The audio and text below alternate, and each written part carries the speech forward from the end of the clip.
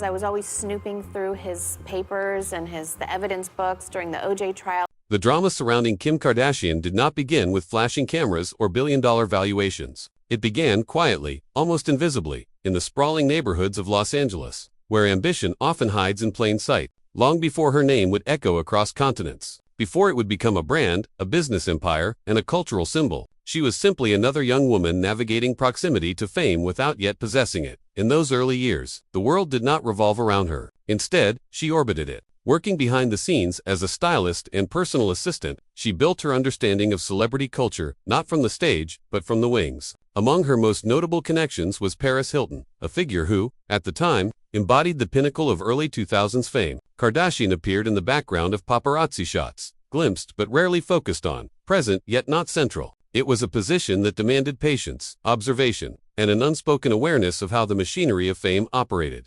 Few could have predicted what would come next. The transformation from peripheral figure to global phenomenon was neither linear nor conventional. It was abrupt, controversial, and, in many ways, unprecedented.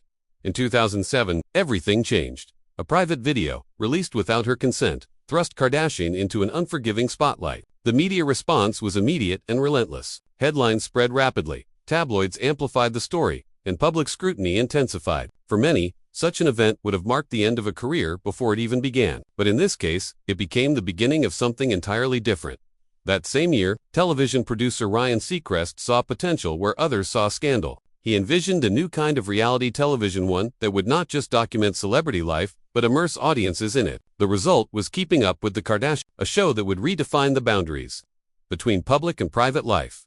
When the series premiered in October 2007, it introduced viewers to a family dynamic that was as chaotic as it was captivating. But more importantly, it introduced a new model of celebrity. This was not fame built solely on talent, nor was it sustained by traditional media alone. It was something more fluid, more accessible, and more continuous. The audience was no longer just observing, they were participating, emotionally invested in the unfolding narrative of a family that lived its life on display. As the seasons progressed, the show became a cultural force. It ran for 20 seasons, an extraordinary achievement that cemented its place as one of the longest-running reality television series in the United States, but its true impact went beyond longevity. It reshaped the way audiences consumed celebrity, turning everyday moments into content and personal experiences into public spectacle. By the early 2010s, Kardashian was no longer just a participant in this new media landscape, she was its centerpiece. Her image became one of the most discussed topics in global pop culture. Every appearance, every photoshoot, every public moment carried weight. Conversations around beauty standards, body image, and representation often found themselves centered on her. She was both a product of the media and a force that shaped it, reflecting and influencing societal perceptions simultaneously. In 2014, a single moment encapsulated this dynamic perfectly. Her appearance on the cover of Paper magazine generated an explosion of online engagement. The images circulated rapidly across digital platforms, sparking debates, admiration, criticism, and, above all, attention. It was a turning point that highlighted the growing power of the internet in amplifying celebrity influence.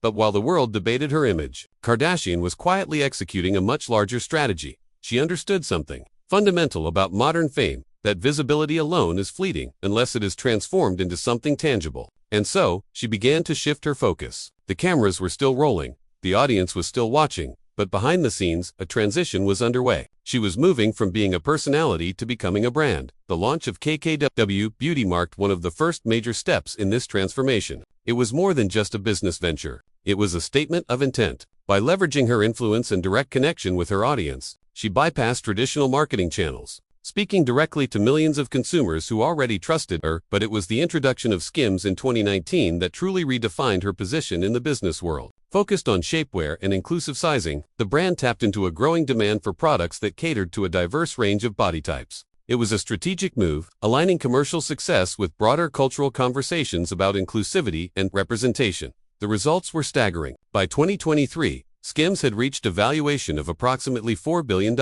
What began as an extension of personal branding had evolved into a powerhouse within the fashion industry. It was no longer just about fame, it was about infrastructure, scalability, and long-term value creation. At the same time, Kardashian expanded her reach through strategic partnerships. A deal with Coty Inc. brought her cosmetics brand into a global framework, further solidifying her presence in the beauty industry. Meanwhile, her multi-year agreement with Hulu ensured that her connection with audiences remained strong, adapting to the changing landscape of digital entertainment. Yet, just as her business empire reached new heights, another shift began to take shape, one that few had anticipated. In the late 2010s, Kardashian turned her attention toward the legal field. Pursuing her studies through a non-traditional apprenticeship pathway, she immersed herself in the complexities of the justice system. It was a move that surprised many, challenging preconceived notions about her identity and capabilities. Her interest in criminal justice reform soon translated into action. Working alongside legal teams and advocacy groups, she became involved in high-profile cases, advocating for individuals she believed had been wrongfully or excessively punished. Her efforts contributed to the release of multiple incarcerated individuals. Bringing attention to systemic issues within the prison system, this phase of her career marked a significant evolution in public perception. No longer confined to the realms of entertainment and business, she emerged as a figure engaged with social issues, using her platform to influence meaningful change. It was a reminder that influence, when directed with intention, could extend far beyond commerce. As the years passed, Kardashian's journey began to represent something larger than individual success. It became a reflection of broader shifts in media, culture, and the nature of celebrity itself. In 2021, Forbes officially recognized her as a billionaire. The designation was not based solely on her television career or social media presence, but on the tangible success of her business ventures and strategic investments. It was a milestone that validated years of calculated risk-taking and brand development. Her rise illustrated a new blueprint for success in the modern era. It demonstrated how visibility could be transformed into value, how personal branding could evolve into global enterprise, and how digital platforms could serve as both stage and marketplace. Today, Kardashian stands as a defining figure in the evolution of modern celebrity culture. Her story is not just about fame, it is about adaptation, reinvention, and the ability to navigate an ever-changing landscape. She exists at the intersection of media exposure, entrepreneurship, and cultural influence, embodying a model that countless others now seek to replicate.